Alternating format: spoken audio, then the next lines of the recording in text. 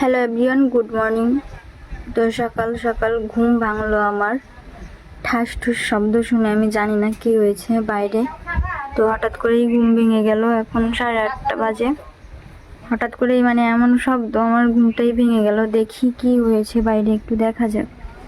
আমি এখানে ঠাকুর প্রণাম করে নিয়েছি, আর এখানে বাইরে বেরিয়েই দেখি যে আমাদের একটা নারকেল গাছ আছে, আর ওই নারকেল গাছের একটি ডগা বা যাবতীয় ময়লা আবর্জনা যা কিছু থাকে ওগুলো পরিষ্কার করা হয় প্রতি বছরে 2বার। এখানে সেটাই কি করেছে, আমি ভাবতে পারি নাই যে এটা আমি ঘুমিয়েছি, ঘুমের মধ্যে শব্দ শুনতে পাচ্ছি। তার এখানে গাছ থেকে যে নারকেলের ডগাগুলো ওইগুলো পড়ছিল, আর এটারই শব্দ আমি পেয়েছি।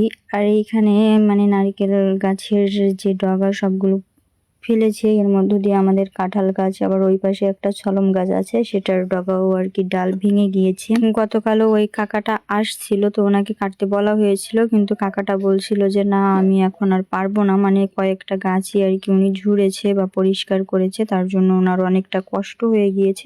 উনি যেটা বললো যে আমার কষ্ট হয়ে গিয়েছে, আজ আর করবো না। তাই হয়তো আজ সকালে ঘুম থেকে উঠে চলে এসেছে। আর এইখানে দেখুন আমাদের গাছটা কত সুন্দর করে পরিষ্কার করেছে। এই কাকাটা আমাদের বাড়িতে প্রতি বছরই 2 থেকে 3বার আসে। অনেকেই ঝোরে। তো এইখানে যেহেতু সামনেই দুর্গাপূজা, আর দুর্গাপূজায় নারকেলের দরকার হয়, তার জন্য অনেকেই ঝুরতেছে। আর এমনিতেও গাছকে সুন্দরভাবে বাঁচিয়ে রাখার জন্য মাঝে মধ্যেই গাছকে পরিষ্কার পরিচ্ছন্ন করতে হয়, কারণ এই গাছের মধ্যে অনেকটাই পোকা জমে যায়। অনেক গজরা পোক থাকে বা পিঁপড়ে বিভিন্ন কিছু থাকে, যেগুলো গাছের জালি পাতাগুলো খেয়ে দেয়। যাই হোক, এইখানে দেখুন যে আমাদের অনেকগুলোই নারকেল পেরেছে। গাছে যেগুলো ঝুনো হয়ে গিয়েছে সেইগুলো পেরে নিয়েছে। এগুলো সব রেখে দেওয়া হবে দুর্গাপূজার জন্য, দুর্গাপূজায় যে লাড়ু বানাতে হয় তার জন্য। এমনিতেও দুর্গাপূজার সময় নারকেলের যে কি দাম হয়, ওই দিক দিয়ে আমাদের একটা সুবিধা আছে, যেহেতু আমাদের একটা গাছ আছে। তো আমাদের গাছে যতটুকুই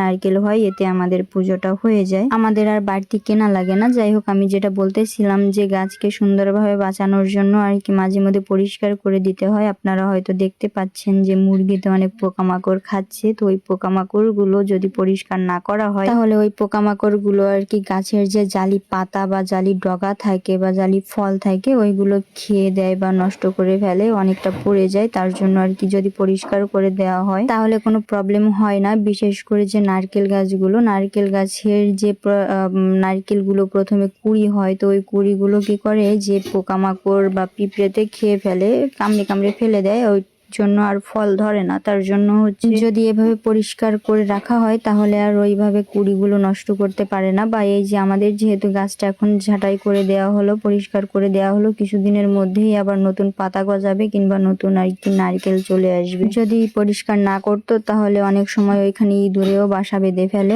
এখানে একটা ইঁদুরের বাসা অবশ্য পড়েছেও। ওই ইঁদুরে প্রত্যেকটা কচি পাতা, কচি ডগা বা কচি ফল খেয়ে নেয়, আর তার জন্য নারকেল পরে হয় না।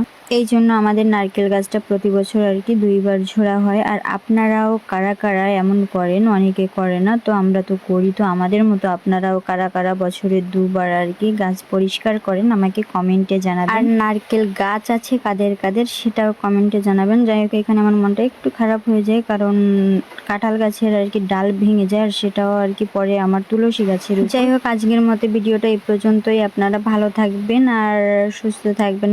টাটা।